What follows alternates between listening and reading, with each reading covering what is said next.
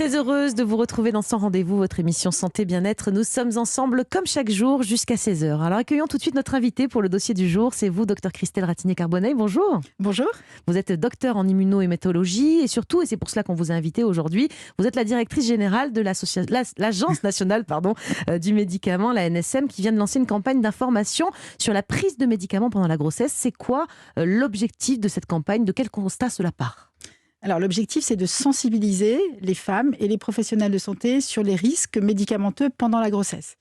Et en fait, on est parti du constat d'une enquête notamment où on voit que l'information des femmes, notamment sur le risque médicamenteux, eh bien, on a des marges de progression, très clairement. On a des marges de progression, mais pourtant, on a l'impression que lorsqu'on tombe enceinte, eh bien, on fait beaucoup plus attention, on redouble de vigilance. Mais est-ce que vous avez des chiffres sur des femmes qui auraient pris justement des médicaments, d'ailleurs pour de bonnes ou de mauvaises raisons ?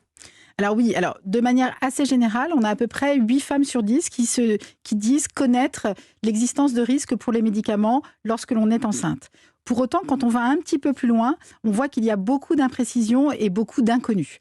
Par exemple, on voit qu'une femme enceinte, notamment dans le cas de son premier enfant, on a 36% des femmes qui prennent des médicaments en automédication, donc sans conseil d'un professionnel de santé.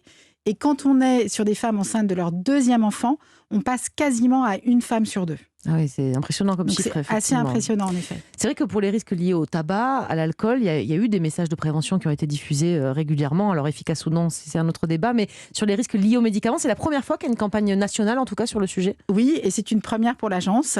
Donc c'est évidemment important. C'est un sujet d'une importance majeure pour les femmes, pour les professionnels de santé, pour l'entourage aussi. Vous parliez du tabac et de l'alcool.